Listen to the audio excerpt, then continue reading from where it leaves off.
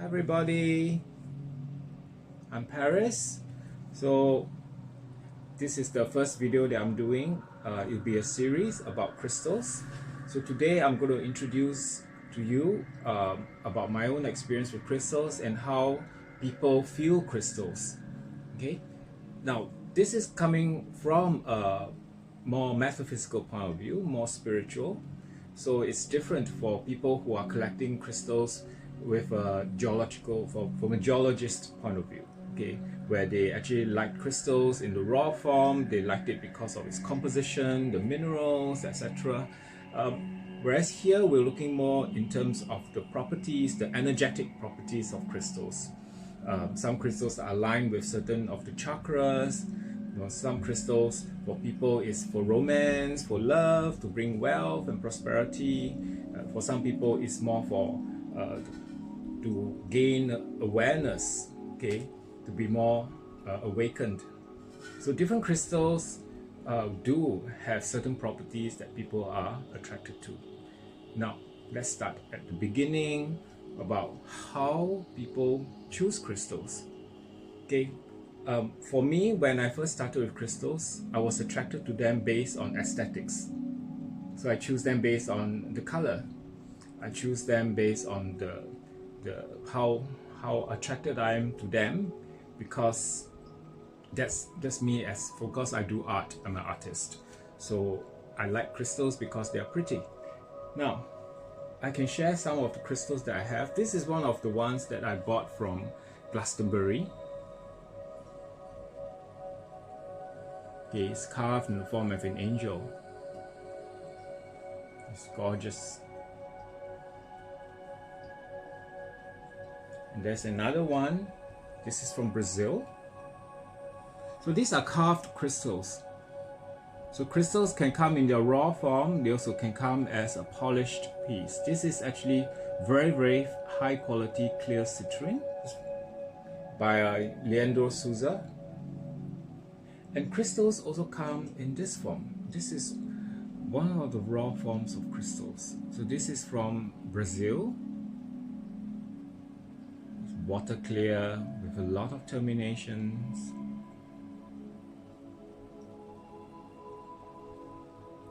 And the list goes on. So like I said, for me, when I first started with crystals, I chose them for the beauty, how they look. And later on, when I developed my interest deeper into crystals, I actually got fascinated by their energetic qualities.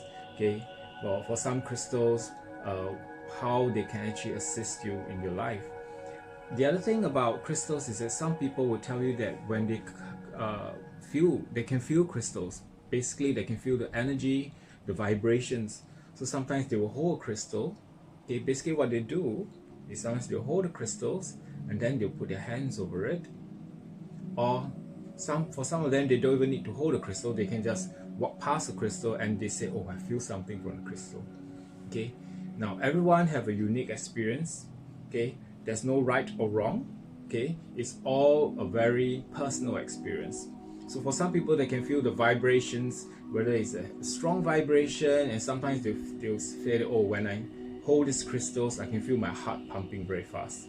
Some people will feel that they will actually have a sensation of giddiness even.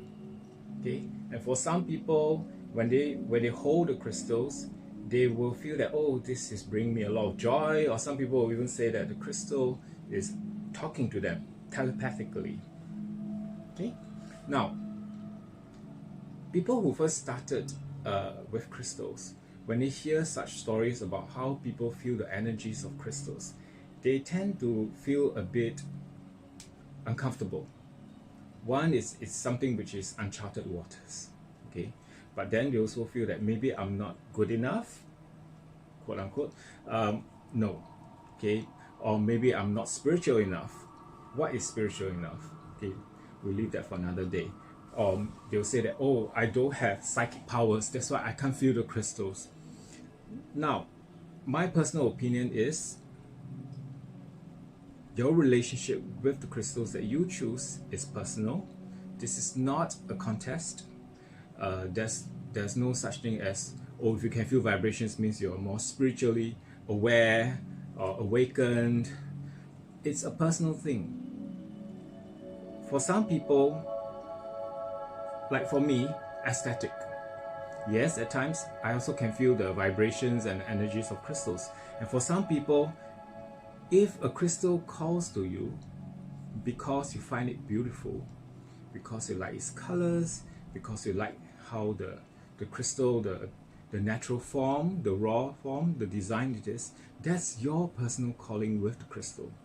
So honor every one of that. I think that's very important. When I was in Glastonbury, in a crystal shop, there was this lady was picking up every crystal and doing this. You should put it down. You should pick up another one. I was like, what are you doing? And then I asked her, I said, and she laughed. She said, oh, for her, every crystal have a distinct scent. She was smelling them. She was smelling the crystals, and then she said to choose the crystal for the scent itself. And that's her relationship, and that's how everything is energy. Everything is energy. The form is energy. You know, the texture, everything. Okay, so scent, the smell, all these are energy. So not just vibrations, but everything. So for her, that energy is the smell, and I honor that because it's a very personal relationship. Okay, so don't feel that, oh, my friend can feel vibrations, I can't feel vibrations, so I feel so unworthy. No such thing. Different. Everybody is different. Okay, so this is about feeling of the crystals. Okay, now today I also want to cover a little bit on Moldavite, but before that, if you are newly into crystals, there are some books I can recommend. You can actually, after the circuit breaker, go to the library and look for them, or even buy them on Book Depository. Okay, so this is one of the books I have by Judy Hall, 101 Power Crystals. Okay, beautiful book, gorgeous pictures. I love this book. So incidentally, the Glastonbury shop that I went to, where the lady was smelling the crystal, that shop is one of Judy Hall's favorite crystal shop in UK. Another one, this is almost like a vintage classic. Okay, Love is in the Earth. Okay, this book is out of print, so it's not easy to come by. And this one, a lot of people know. Okay, the Book of Stones. Okay, this is by Robert Simmons and Nisha Ashen. Okay, very detailed. Okay, covers a lot of text, but a lot of pictures as well. But it covers a lot on the metaphysical aspects of crystals. Okay. And the last but not least, this is by Adam Barelet, Crystal Connections. He's Australian, very nice gentleman. I've met him personally twice. Okay, so he has a beautiful crystal book called A Guide to Crystals and How to Use Them. Okay, closer look. So these are some of the books which you can think about. If you want to have the titles, I will actually type it down. Okay, my message. Now today I want to talk about Moldavite. Okay, so basically this is Moldavite. It is a green, olive green. Sometimes it can be, the rare ones are actually bluish green, but those are extremely rare. Okay, you can see that there's these little bumps and textures on it. It's not shiny. Okay, this is the raw form. Now Moldavite itself came to Earth in the form of the meteorite. Okay, a meteorite basically crashed into Earth in Czechoslovakia, the region, 15 million years ago. So the impact of the crash, okay, basically resulted in the formation of Moldavite that was scattered over a huge range. Okay, the exact details you can actually Google and read about it because it's too much to cover here, but they are basically this color. Okay, there's no such thing as white Moldavite, black Moldavite, red Moldavite. No, those are fake. Okay, and again, just because it's green doesn't mean that it's real. Okay, again, I'll talk a bit about that later.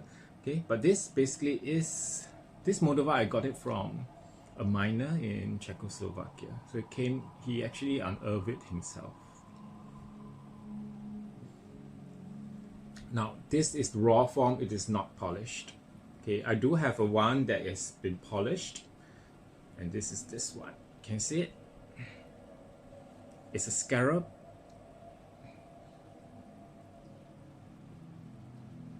Okay. Now, buying carved Moldavite can be extremely risky because when it's carved, it looks just like green glass, and Moldavite itself is actually glass. So what happens is that there are a lot of fakes in the market. Before I go on to Moldavite and what it does, I want to talk about the fakes. Okay, basically Moldavites are not common. It only comes from Czechoslovakia region, Eastern Europe. Okay, small regions. They have different varieties and they are rare. A piece like this will set you back $100 plus, few $100. Okay, depending on the shape, the weight. If you come across a Moldavite that is like nice big size and round, almost glassy, especially if it's almost looks like polished glass, almost a shiny wet filling, those are generally fake. The really fake ones even have a seam where you can tell that they actually put a mold. If the shop that you go to has a lot of similar shapes, sizes, big hefty weights, and if the prices are too good to be true, usually it's too good to be true. If they're all the same size, no, all of them are irregularly shaped. Okay, and they are very rough and bumpy. Now, if you hold it up to the light, you can see that internally there's streaks inside, because this has been formed literally because of the violence of the meteorite crash. Some of them have been formed mid-air, so some of them have bubbles, and the bubbles tend to be a bit elongated, elliptical.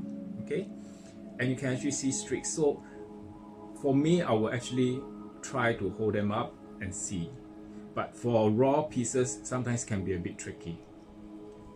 That is most important for pieces that are polished. So for this one, I can't show you here, but because it's so polished, you can actually see the inside, and when I look inside, I can actually see the streaks, the bubbles. Okay, it actually shows literally the movement, the flow, and it's quite interesting. Buy from a reputable seller. That's all I can tell you. Try not to buy from feng shui shops or shops that sells many crystals, and whereby they actually talk about, oh, this crystal will bring you luck, and this crystal will bring you this, and they will paint on. I've seen feng shui shops that actually paint on the crystals itself. Okay, and the Moldavites themselves. I would say that you're taking a risk, especially if they tell you that the Moldavite comes from China. Yeah, I actually went to a shop and I said, oh, where is it from? Oh, it's from China, and it's a polished Moldavite. And I was like, okay. I don't want to dispute. Okay, so you don't need to dispute, you just don't buy it. But Moldavite comes from Czechoslovakia. If they don't know the source, if they don't even know which country it's from, I would say 110% it's probably fake. Okay, if you tell me the Moldavite is African Moldavite, it's also fake. Okay, so now there's a lot of interesting, weird things that are coming out of the market. So Moldavite comes from Czechoslovakia. Okay. So now, so what does Moldavite does? A lot of people, when they hear about Moldavite, they get very fascinated because they say, oh, the meteorite crash and then it forms. So there's this extraterrestrial, almost like an alien connection. Okay. First and foremost, Moldavite itself, the green, that's the color of the heart chakra. Okay. Of course, when it comes to color green, a lot of people feel that it represents love, heart chakra, love. But again, with the Moldavite, many people have, I can say sometimes almost extreme reactions to them. They will feel almost high or giddy. For some people, they can't wear the Moldavite for too long. They actually feel a bit unbalanced sometimes. Okay, on the extreme case, some people will feel like there's strong energy, there's a heat, they'll have heat waves. Some people will feel that they will feel very anxious for some people, and for some people it's like me. When I first had my Moldavite, I didn't really feel much. I guess because of expectations. From what I've been reading, I was expecting to be like, when I hold it, it's almost like Green Lantern, you know. I also feel a wave of energy and I'll be transformed, and I was like, okay. I didn't really feel much. Again, because of expectations, which is why I said every one of us, our relationship with our crystal is personal. Don't let your expectations be shaped by other people's experience. Okay, because then you are setting yourself up for disappointment. You're disregarding your own experience, which is so important and so personal, right? So, and I grew to love Moldavite. So they always say that Moldavite also quickens your so-called personal evolution. If you find that in life things are going a bit too slow for you, Moldavite will surprise you by speeding forward changes. And I feel that this Moldavite at this point in time, with our COVID-19 situation, the pandemic, it's a stone for this time, in fact, because this COVID-19 pandemic is forcing all of us to move fast, to change fast. The coping mechanism is heightened.